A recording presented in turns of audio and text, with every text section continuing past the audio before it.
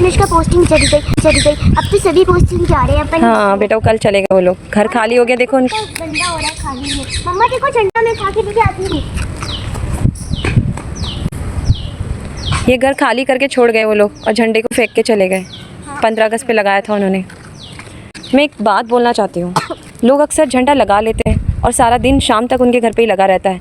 और दूसरी बात, वो घर को यूं ही छोड़ के चले गए क्योंकि वो कहीं और चले गए, उनको जाना था, पोस्टिंग आ गई थी, सामान ऐसा बिखरा हुआ है।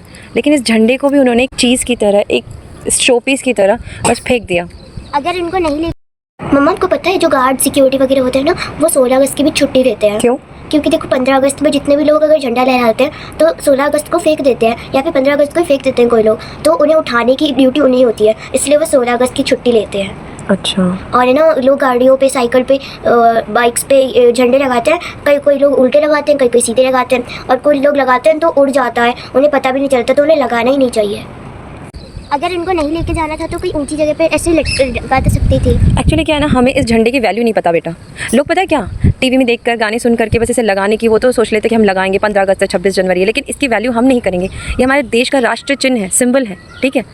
इसके लिए ही हमें पहचाना जाता है कि हम भारत देश से बिलोंग करते हैं। और लोग इसको सिर्फ ऐसे ही देखो ज़मीन पे यूँ फेंक करके चले गए, जहाँ कूड़ा कचरा रखा वहाँ पर फेंक कर चले गए।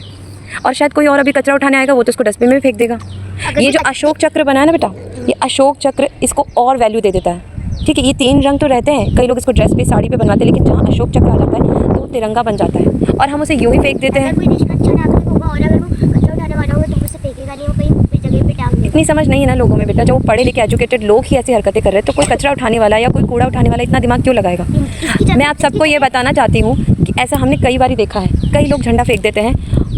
मैं आप सबको ये बताना चाहती हूँ कि कई लोग झंडा फेंक के चल जाते हैं, और हमने कई बार ये झंडा उठा करके ऊंचे पे रखा है, या हमने घर पे लाके रखा है, या हमने उसे सेफली कहीं जगह लगाया है। मेरा था ना, और फिर हमने पार्क के आसपास भी हमें मिला था। तो लोग इस झंडे को ऐसे फेंक देते हैं। मैं आप सभी से एक रिक्वेस्ट करूंगी, या तो आप झंडे को अपने घर के पास या घर के बाहर लगाइए मत, लगाना है तो उसे वापस उसी तरीके से पूरा प्रॉपर वे में एक सम्मान के साथ समेट कर रखिए। हाँ, और इस झंडे की जगह कचरे में नहीं होती, इसकी जगह हमारे दिल में होती है। और अगर हम बच्चों को वैल्यू करना नहीं सिखाएंगे कि झंडा सिर्फ ऐसे नहीं कि हमने बस लगा दिया, झंडा है, शो पीस है, हम देशभक्त हैं, हमने झंडा लगा लिया।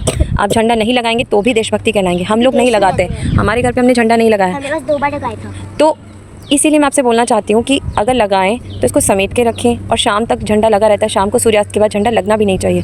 क्योंकि देखिए, अगर इसकी वैल्यू हम नहीं करेंगे, हमारे बच्चे क्या करेंगे? हम उनको नहीं सिखाएंगे तो वो कैसे सीखेंगे? जब हम ही उसको बस ऐसे टेकन फॉर ग्रांटेड नीचे गिरा देंगे तो ये हमारा कभी आदर्श बन ही नहीं पाएगा।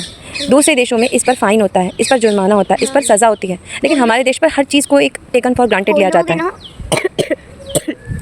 झंडा लगाते हैं, चलो ठीक है, झंडा लगाते हैं गाड़ियों पे, उस पर धूल लगती है जब गाड़ी चलती है, या फिर वो पहियों में आ जाता है, गिर जाता है उड़ उड़ के, तो हमें पता भी नहीं चलता।